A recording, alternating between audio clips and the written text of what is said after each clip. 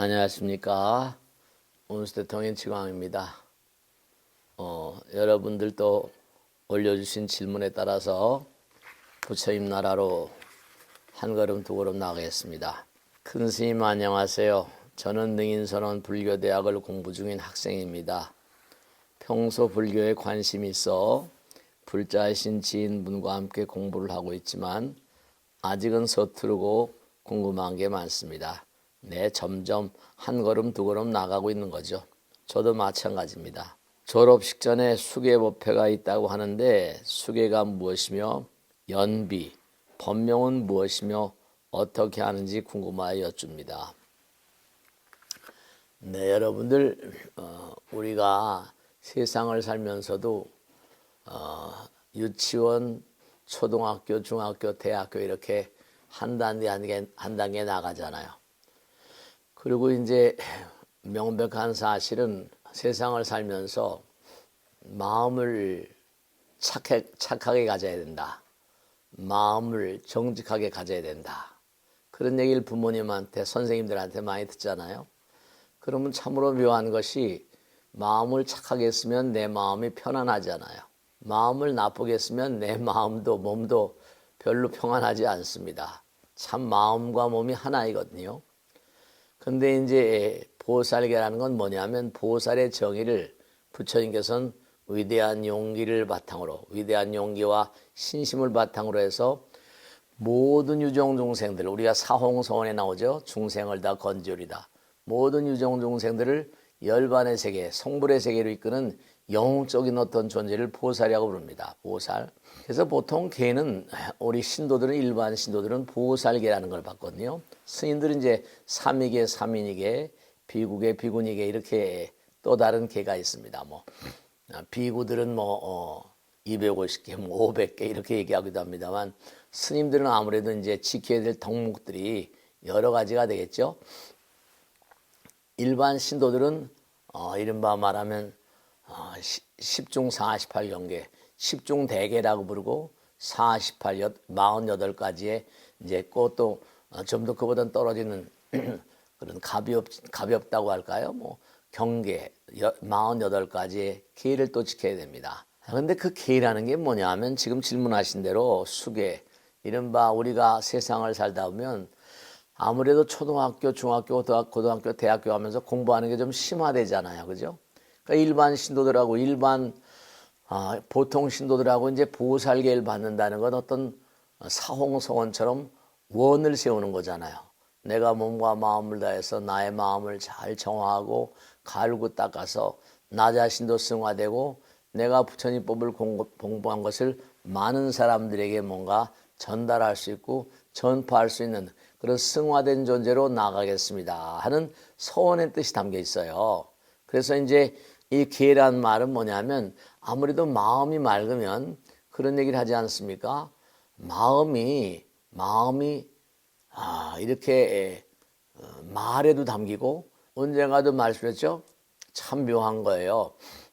물 있지 않습니까? 우리 몸이 70%, 60, 70%가 물이라고 그럽니다.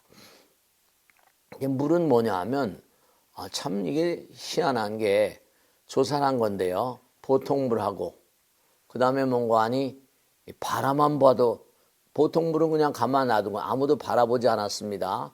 근데 그냥 보통 사람이 바라본 물과 그 다음에 뭔가 마음을 착하게 쓸고 뭔가 기도하는 사람들이 바라본 눈으로 바라본 겁니다.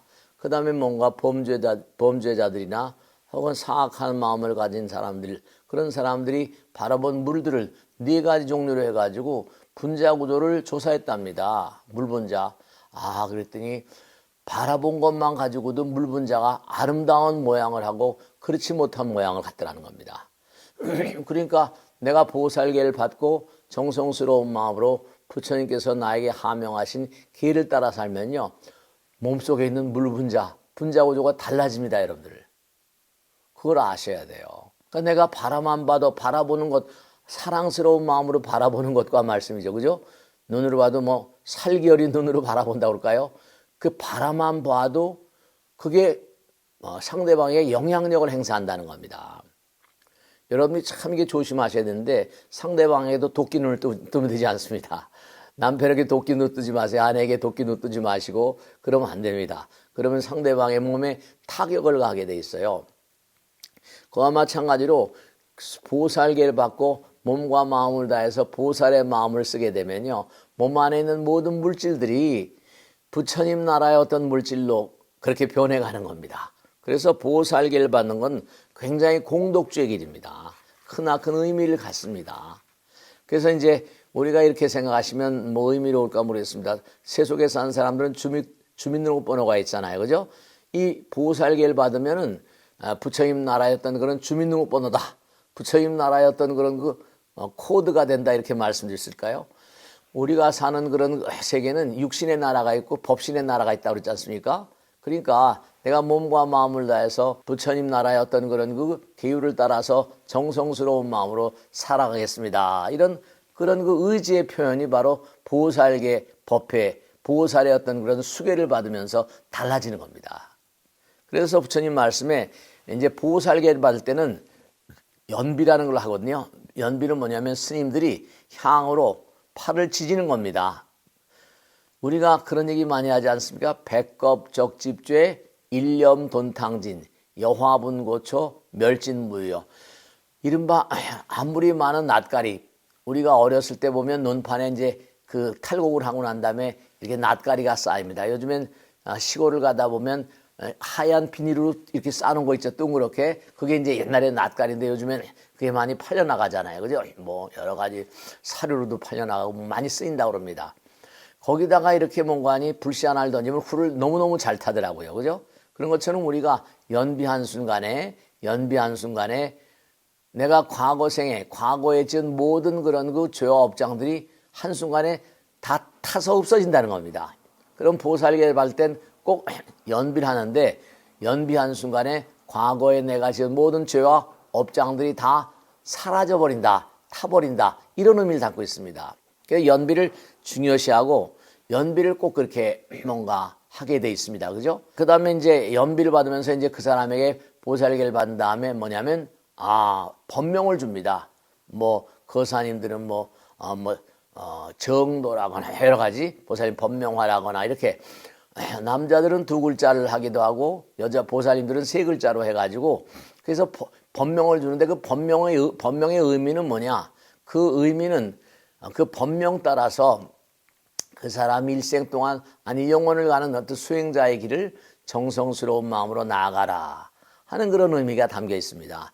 그래서 이 모든 종교들은 그 종교 안에 자기들 신도들 그 신도들이 어떤 가는 길을 뭔가 좀 더 돈독하게 하기 위해서 종교 생활을 돈독하게 하기 위해서 기독교에서는 세례라는 말을 쓰죠. 그죠? 세례. 천주교에서도 영세 그럽니다.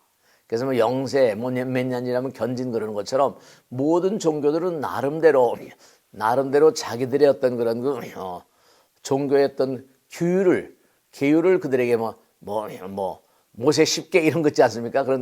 그런 것처럼 그런 계율을 부여해 가지고 평생을 두고 그 계율 따라서 살기를 그렇게 원하게 발언하게 하는 그런 어떤 그런 그 의식이 있습니다. 불교도 마찬가지로 수계법회를 통해서 그 신도로 하여금 한 단계 두 단계 나가게 하는 그런 그 디딤돌이 되게 하는 성불의 길 가는 디딤돌이 되게 하는 그런 의미를 담고 있습니다. 그러니까 보살계를 받으면 뭔가 내가 정말로 참된 보살의 길을 가겠다는 서원을 하는 그런 마음의 자세가 좀 되는 게 굉장히 중요합니다. 그냥 보살계를 너무 우습게 생각하지 마시고 부처님께서는 다 그가 보살계를 받고 열심히 정진하겠다는 것을 분명히 압니다. 그래서 여러분이 이렇게 생각하시면 돼요. 염라대왕국, 염라청에 가게 되면 여러분들의 보살계 이름이 다 거기에 등록이 돼 있다. 이렇게 생각하시면 틀림이 없습니다. 여기서도 이제 엄마 아버지가 나를 낳게 되면 어떻습니까? 주민등록증 올리잖아요. 그죠? 주민등록증 나오지 않습니까? 그죠? 그런 것처럼 코드 넘버가 다 예를 들어서 몇 년생이다 그러면 이렇게 남자는 1, 여자는 2 해가지고 나오지 않습니까? 그러니까 사화세계도 주민등록번호가 있는 것처럼 부처님 나라도 이른바 말하면 부처님 나라의 고유의 주파수, 그 사람이 얼마나 수행생활을 했는가에 따라서 어떤 고유의 번호가 주어진다. 보살계가 바로 그런 내용이다. 이렇게 인식하면 뭐 그렇게 크게 뭐 하자가 없겠습니다. 꼭 당부드리겠는데 보살계를 받으시고 정말 정성스러운 마음으로 이거 뭐 대수로운 것이 아니지 이런 생각하지 마시고 보살계를 받으시고 정말로 정성스러운 마음으로 십중대계 48경계를 차곡차곡 그렇게 지켜나가시면 큰 공덕됩니다. 수계공덕 수행이라 보살의 어떤 길을 가겠다고 기회를 받고 공덕주의 길을 가는 건 정말로 큰 공덕이라고 부처님께서 말씀하셨습니다. 아시겠죠? 보살계를 받으시고 연비를 받으시고 법명을 받으셔가지고 정말로 훌륭한 불자의 길을 가시길 간절히 기도드립니다. 네, 마치겠습니다. 이어서 마치겠습니다. 구독, 좋아요 누르시면 큰 힘이 되겠습니다. 감사합니다. 마치겠습니다.